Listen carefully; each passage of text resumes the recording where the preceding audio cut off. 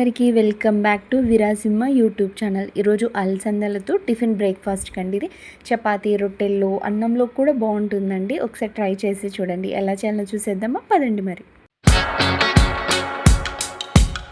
అలసందలండి ఇవి. నేను మార్నింగే నానబెట్టాను. మార్నింగ్ 5:30, 6 కల్లా నానబెట్టాను. ఈవినింగ్ కల్లా మంచిగా నానిపోయినాయండి. నేను నైట్ స్ప్రౌట్స్ కోసం వదిలేసాను.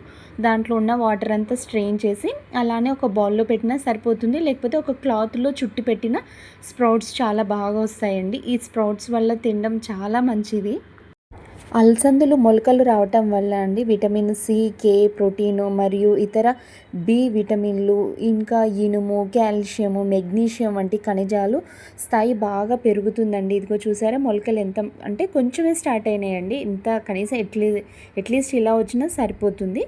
మనం దీంట్లో కొంచెం సాల్ట్ వేసుకొని కొంచెమే మళ్ళీ కర్రీలో ఈ వాటర్ కూడా యూజ్ చేస్తాం కాబట్టి కొంచెమే సాల్ట్ వేసుకొని కొద్దిగా తగినన్ని నీళ్ళు పోసి ఒక 3-4 విజిల్స్ వచ్చేంత వరకు మనం ఉడకనివ్వాలండి. వీటిని స్ప్రౌట్స్ తినడం వల్ల అండి బరువు నియంత్రణలో ఉంటుంది, గుండె కూడా ఆరోగ్యం బాగుంటుంది.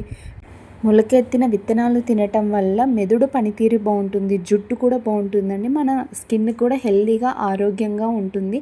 అన్ని రకాలుగా బాగుంటాయండి మొలకెత్తిన విత్తనాలు తినటం వల్ల. కనీసం ఇలా అయినా అప్పుడప్పుడు చేసుకొని తినటం వల్ల మంచిదండి. ఆల్మోస్ట్ ఒక 3-4 విజిల్స్ వచ్చాయండి. వచ్చిన తర్వాత ఇదిగోండి ఇలా ఉడికినాయి, మంచిగా మెత్తగా సాఫ్ట్గా ఉడికిపోయినాయండి. గుగ్గిళ్ళకైనా ఇలా ఉడికితే బాగుంటుంది, ఇలా కర్రీకైనా ఇలా బాగుంటుందండి. ఇప్పుడు ఒక బౌల్ పెట్టుకొని దాంట్లో కొంచెం ఆవాలు, జీలకర్ర వేసి కొంచెం పచ్చిమిర్చి మీకు ఇష్టమైతే పొడుగుగైనా పర్వాలేదండి. నేను చిన్నగా కట్ చేస్తున్నాను. చిన్నగా కట్ చేసి దాంట్లో కొంచెం కొత్తిమీర, కరివేపాకు యాడ్ చేయండి. కర్రీ మోడల్లో కాబట్టి నేను కొంచెం వాటర్ కూడా యాడ్ చేస్తున్నానండి. ఏవి వద్దు గుగ్గిళ్ళ లాగానే అంటే పచ్చిమిర్చి, కొంచెం ఆనియన్, ఒక చిన్న టమాటో వేసుకొని వాటర్ తీసేసి వాటిని డైరెక్ట్ అలానే వేస్తే బాగుంటుంది. ఇది చపాతీలోకి, రైస్లోకి, రొట్టెలోకి కావాలని నేను కొంచెం వాటర్ యాడ్ చేసి చేస్తున్నానండి. ఆల్మోస్ట్ అవి కొంచెం సాఫ్ట్ అయిన తర్వాత ఆనియన్స్ కూడా వేసేయండి. ఆనియన్స్ వేసిన తర్వాత దాంట్లో కొంచెం పసుపు యాడ్ చేయండి. ఇవన్నీ కొంచెం సాఫ్ట్గా మగ్గేంత వరకు ఉడకాలి.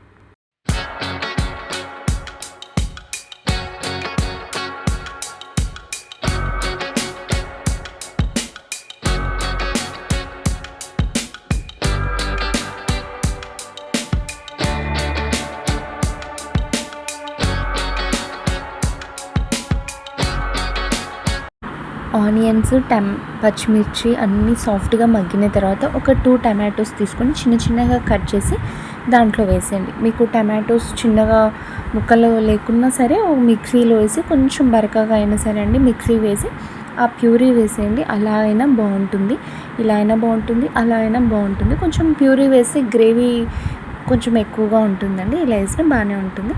అది కొంచెం టమాటో సాఫ్ట్గా మగ్గిన తర్వాత అలసందలు ఉడకపెట్టి పెట్టుకున్నాం కదండి, వాటర్తో సహా వేసేయండి. అది కొద్దిగా బాగా ఉడికిన తర్వాత దాంట్లో కొద్దిగా ధనియాల పొడి యాడ్ చేయండి.